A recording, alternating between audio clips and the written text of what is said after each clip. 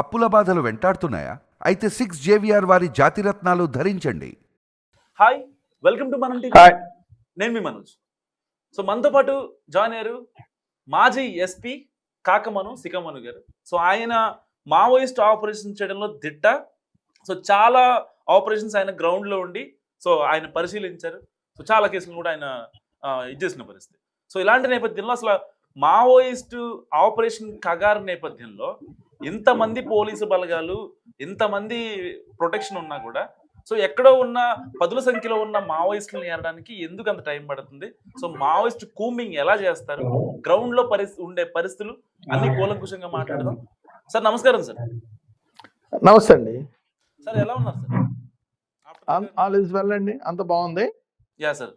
Sir particular గా మావోయిస్టులని ఏరివేత అనేది నిజంగా కరెక్ట్ అనుకోవచ్చా? ఎందుకంటే ఈ మాట ఎందుకు అడుగుతున్నానంటే, నన్ను ఒక అర్బన్ నక్సలైట్ గా ట్రీట్ చేయకండి, కానీ ఇక్కడ మ్యాటర్ ఏంటంటే ఒక హిడ్మా ఎన్కౌంటర్ తర్వాత సో అక్కడ ఉన్న మైన్స్ కోసం ఆల్రెడీ తవ్వకాలు స్టార్ట్ అయిపోయాయి. రోడ్లు, సీసీ రోడ్లు పడుతున్నాయి, లోపలికి బుల్డోజర్లు వెళ్తున్నాయి, ట్రాక్టర్లు మట్టితో బయటకు వస్తున్నాయి. ఇవన్నీ ఎలా చూడొచ్చు అంటారు అసలు?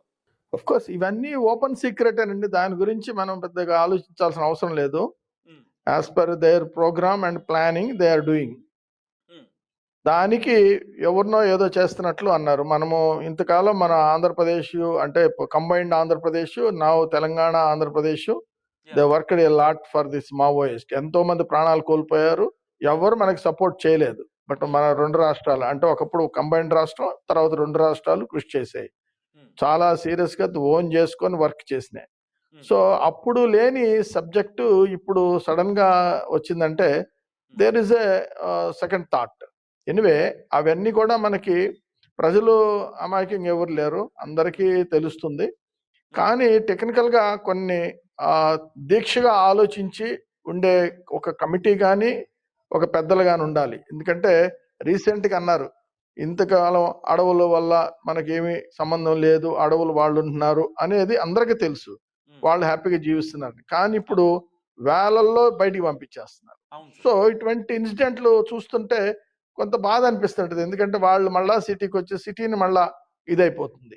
సో ఇవన్నీ కూడా ఎవరి సబ్జెక్ట్ వాళ్ళు, ఎవరి పనులు వాళ్ళు, ఎవరి జీవితం వాళ్ళు జీవిస్తూ ఉంటే కొంత ఊరట ఉండేది. ఇప్పుడు కొద్దిగా డిఫరెన్స్ వచ్చింది అనిపిస్తుందండి.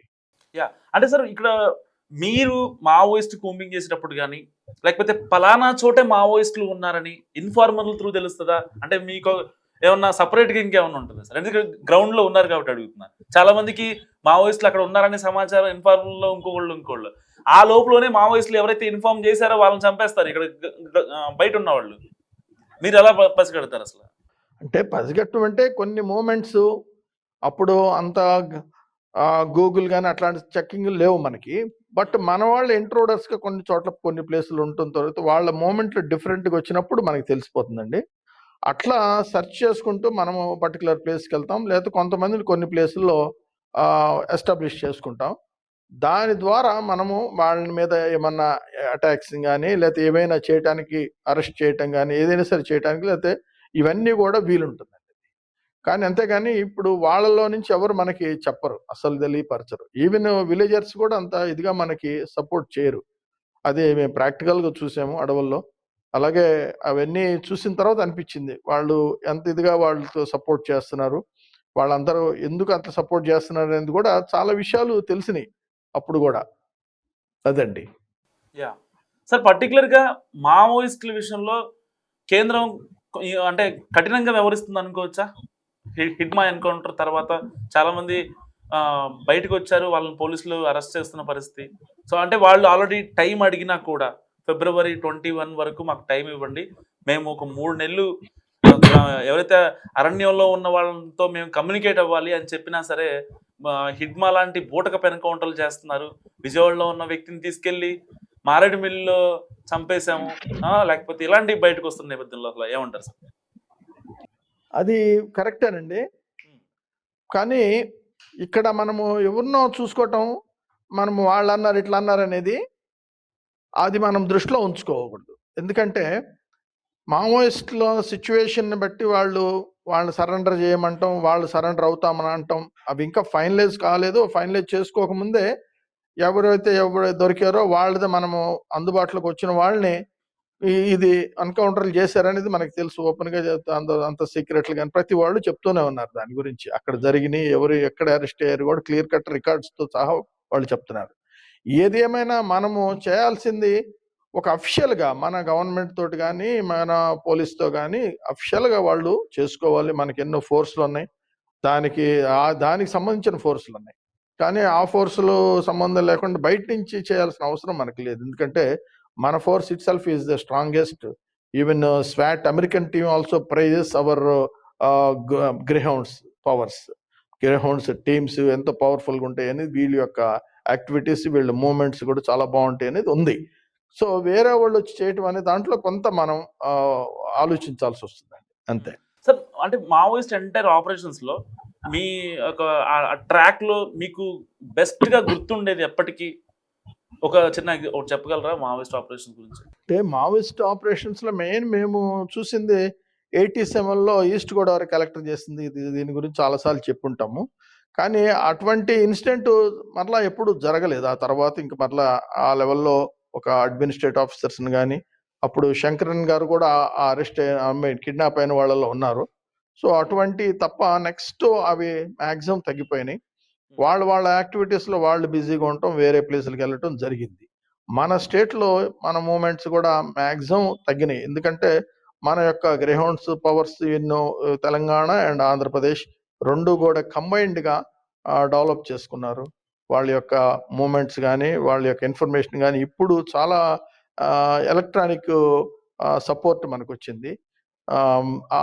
ది గూగుల్ ద్వారా కానీ ఎనీ అదర్ సోర్సెస్ ని మనం యూటిలైజ్ చేసుకుంటూ మనం మూవ్మెంట్ ఇస్తున్నాం. కాబట్టి అంత అవసరం మనకి లేదు. ఎందుకంటే వేరే వాళ్ళు వచ్చి మనకి సపోర్ట్ చేయాల్సినంత అవసరం కూడా మనకి లేదు. కానీ వాళ్ళు ఆపరేషన్ చేస్తున్నారు. It's organisation of the central government. They have to take their own steps. కానీ మన స్టేట్ లో మన స్టెప్స్ అనేది ఎలా ఉంటుంది అనేది మనం ఒకసారి తెలుసుకోవాలండి, అంతే. సరే అంటే మావోయిస్ట్ సైనింగ్ అంటే ఇటు పోలీసులు కావచ్చు, ప్రభుత్వం కోసం పనిచేసే వ్యవస్థలు చాలా పెద్ద. టెక్నికల్ గా మనం చూసుకుంటే ఈజీగా ఫైండ్ అవుట్ చేసేయచ్చు. కేంద్ర ప్రభుత్వం పాయింట్ ఆఫ్ వ్యూలో ఇప్పుడు ఎంత కక్ష కట్టిందో ఇంతకుముందు అంత ఉదాసీనంగా ఉంది. కానీ అల్టిమేట్ గా మావోయిస్టులు పనిచేసేది నిజంగా ప్రజల కోసం, ప్రజల హక్కుల కోసం. సో ఎట్లా చూడొచ్చు అంటారు ఈ తారతమ్యాన్ని? అంటే ప్రజల కోసం, ఏ ప్రజల కోసం మరి తెలుసుకోవాలి మనం. అదొక స్టడీ చేయాలి. ఏ ప్రజల కోసం? ఆంధ్రప్రదేశ్ ప్రజల కోసమా, తెలంగాణ ప్రజల కోసమా, లేకపోతే ఎవరి కోసం? లేదా ఏదన్నా ఇప్పుడు రీసెంట్ గా వస్తున్న న్యూస్ ని బట్టి కూడా many business man and other contractors అంటే నేషనల్ లెవెల్లో ఉన్న హైఫైస్ వీళ్ళందరి కోసమా అనేది క్షుణ్ణంగా తెలుసుకుంటే తప్ప మనం దాని గురించి విశదీకరించలేము. ఎందుకంటే ప్రజలు ఇంతవరకు బాగానే ఉన్నారు, ఇప్పుడే ఎందుకు డిస్టర్బ్ అవుతున్నారు అనేది మనం చూడాలి. ఇవి మనకి మంచి సూచనలు కాకపోవచ్చు. ఎందుకంటే ఈ విధంగా అది అసలు మూమెంట్స్ లేనప్పుడే, రోడ్లు లేవు అవి లేవనప్పుడే ఎవరు వచ్చేవాళ్ళు కాదు. ఇప్పుడు క్లియర్ కట్ గా వేయటం కూడా ఒక విధంగా మనకి నష్టం వాటిల్లేదానికి ఛాన్స్ ఉంటుంది. ఎందుకంటే మనం అనుకోవచ్చు రోడ్డు వేస్తారు కరెక్టే, మనం హైవేలు ఎన్నో ఉంటాయి, హైవేలు ఎంతమంది మనకి సపోర్ట్ ఉంటుంది, ఎన్ని పోలీసు డిపార్ట్మెంట్ పెట్టచ్చు, ఎన్ని పోలీసు స్టేషన్స్ పెట్టచ్చు, ఎన్ని వెహికల్స్ వాడచ్చు, ఎంత ఫోర్స్ కావాలి ఇక్కడి నుంచి ఒక 100 కిలోమీటర్స్ లో. సో చూస్తే ఎవరు కనపడరు మనకి. అది చాలా కాంప్లికేటెడ్. అందులో ఏజెన్సీ ఏరియాలో మనము బ్రిడ్జ్లు కట్టుకోవచ్చు, చాలా కట్టొచ్చు, బ్రిడ్జ్ కట్టొచ్చు పోవచ్చు కూడా అవి. కాబట్టి ఇవన్నీ కూడా మనకి అంత సరైన అనుకువ కాదనేది మరి మన ఎవరైతే ప్లాన్ చేశారో వాళ్ళకే ఆ విషయాలు తెలియాలి.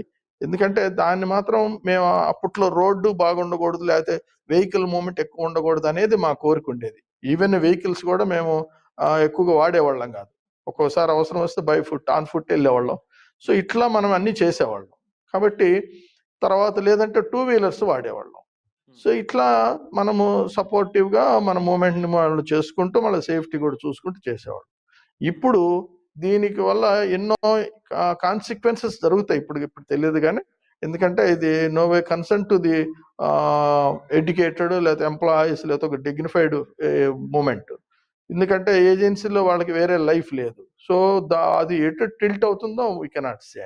అది మనం కొద్దిగా ఆలోచించాల్సిన విషయం. సార్ ఇప్పుడు మావోయిస్టులని ఆ టైంలో ఏదైతే ఎన్కౌంటర్ కావచ్చు, భద్రతా బలగాలు ఎదురుపడినప్పుడు అసలు సిచ్యువేషన్ ఎలా ఉంటుంది సార్?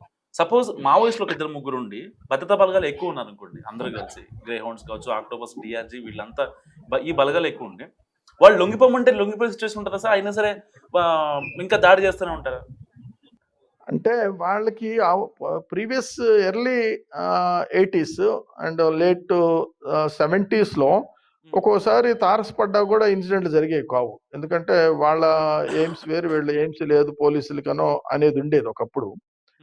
బట్ ఇప్పుడు రేర్ ఫినామినా ఈ ఇన్సిడెంట్లు, ఎన్కౌంటర్లు ఇవన్నీ జరిగాయి. ఆ తర్వాత కొన్ని సిచ్యువేషన్స్ లో మనము అరెస్ట్ చేసిన వాళ్ళు పెట్టడము, మళ్ళీ ఇవన్నీ చాలా కాంప్లికేటెడ్ అని చెప్పేసి కొన్నిసార్లు వాళ్ళు వెళ్ళేదానికి ఛాన్స్ ఇచ్చి ఆ మూమెంట్ లో చేయటం, ఇటువంటిది కూడా ఎన్నో వాడారు. ఆ తర్వాత ఇప్పుడు కంప్లీట్ గా కనిపిస్తే కాల్చివేత అనే పాయింట్ కి వచ్చేసారు. అంటే ఇప్పుడు మీన్స్ ఆఫ్టర్ 90s. సో ఇట్లా ఆ 90s తర్వాత మళ్ళా స్టెప్ బై స్టెప్ చుట్టూ రాష్ట్రాలకి వెళ్ళటం జరిగింది. ఆ రాష్ట్రాల్లో కంటే కూడా మన రాష్ట్రంలో అంత మూమెంట్ తగ్గింది యాక్చువల్గా. ఇక ఇతర రాష్ట్రాల్లో ఎలా ఉంది ఏందనేది అందరికీ తెలుసు. మన వాళ్ళు ఎంతమంది మన పోలీసులు అక్కడికి పోయి వాళ్ళకి ఎంతో సపోర్ట్ చేశారు. ఈవెన్ వీఆర్ ట్రైన్డ్ దెమ్ మనము. కాబట్టి మనము ఇచ్చిన ట్రైనింగ్ వేరు, వాళ్ళు ఇప్పుడు చేస్తున్న వర్క్ వేరుగా అనిపిస్తుంది. ఎందుకంటే ట్రైనింగ్ ఏంటంటే మనకి సిచ్యువేషన్ బట్టి మనం రియాక్ట్ కావడం అంతే. కానీ మనము విలేజర్స్ని మేమేం అనేవాళ్ళం కదా మేము వెళ్ళినా కానీ. అట్లా చాలా మంది కూడా విలేజర్స్ కూడా ఇంపాక్ట్ ఉంటుంది. ఇప్పుడు ప్యూర్గా విలేజర్స్కి ఇంపాక్ట్ అయ్యే విధంగా మారింది situation.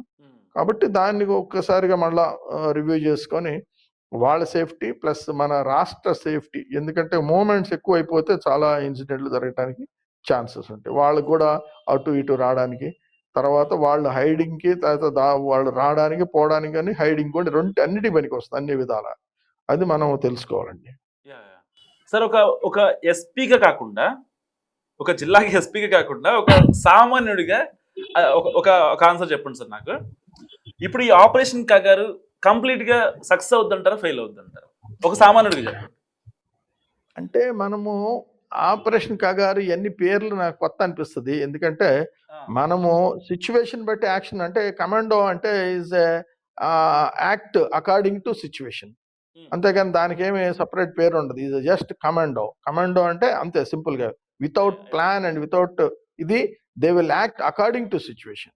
That must be there with all police, army or paramilitary forces or anything. Those days paramilitary forces dull గా ఉండేవి, మన ఫోర్స్ యాక్టివ్గా ఉండేది ఆ రోజుల్లో. మరి ఇప్పుడు ఎట్లా ఉందో నేను అంత ఇదిగా చెప్పలేను. కాబట్టి మనము కామన్ మెన్ గా కూడా మనం మాట్లాడితే అకార్డింగ్ టు సిచ్యువేషన్ ఓన్లీ మనము పోవాలి. లేకపోతే మనం లేదు ఒక 100 మంది చంపాలి, లేకపోతే ఒక 1000 మందిని చంపాలి అనే ప్లాన్లో కానీ ఒక నేమ్ దానికి పెడితే అది సక్సెస్ఫుల్గా కాకపోవచ్చు. ఒకవేళ సక్సెస్ఫుల్ అయినా it won't be in positive way. అది తెలుసుకోవాలి మనం. ఎందుకంటే మనము after all they are belongs to our country, మన నేషన్, మన స్టేట్స్ వాళ్ళే వీళ్ళు. దాంట్లో వాళ్ళ యొక్క సిచ్యువేషన్ మేము చాలాసార్లు స్టడీ చేసాం. ఈవెన్ నక్సలైట్లా కూడా తిరిగిన రోజులు ఉన్నాయి మేము. దాంట్లో కూడా చూసాం. ఎందుకంటే how they respecting the naxalites, villagers and neighbours or anyone, ఇవన్నీ చూసాము. ఏంటంటే వాళ్ళ యొక్క ప్రాబ్లమ్స్ని, ఆ ప్రాబ్లమ్స్ ఏంటంటే రెవెన్యూ కావచ్చు, ఫారెస్ట్ కావచ్చు, పోలీస్ కావచ్చు, ఎనీవన్, ఈవెన్ పొలిటికల్ హై పొజిషన్లో ఉన్న నాయకులు కావచ్చు, లేదంటే కాంట్రాక్టర్స్, డిఫరెంట్ కాంట్రాక్టర్స్. ఇప్పుడు మరి ఏ కాంట్రాక్టర్స్ వస్తున్నారో, ఎవరు వస్తున్నారో ఇక ప్రజలకే తెలియాలి. త్వరలో తెలుసుకుంటాం ఎవరు వస్తారు, ఏంటి కథ అనేది. సో వీటి వల్ల వాళ్ళు చేసే యాక్షన్, వాళ్ళు చేసే మూమెంట్ డిఫరెంట్ అయిపోతుంది. అది ఒక్కసారి ఆలోచించుకోవాలి. ఎప్పుడు కూడా ఒకే విధంగా ఉండదు సిచ్యువేషన్ మారినప్పుడు చాలా వర్స్ట్ పోవడానికి ఛాన్సెస్ ఉంటాయి. ఎందుకంటే once they decide to die అనుకున్న తర్వాత anything they can do, but not the force like that or leaders like that. They will think about their safety and other things. So ఇవన్నీ కూడా క్షుణ్ణంగా ఆలోచించుకోవాలండి, అంతే. Thank you so much sir. Okay. So ఇది శిఖామణి గారి analysis. మీరేమనుకుంటున్నారో మావోయిస్టుల గురించి, ground లో ఉండే రియాలిటీ గురించి మస్తు కామెంట్ చేయండి. చూస్తూనే ఉండండి మనం.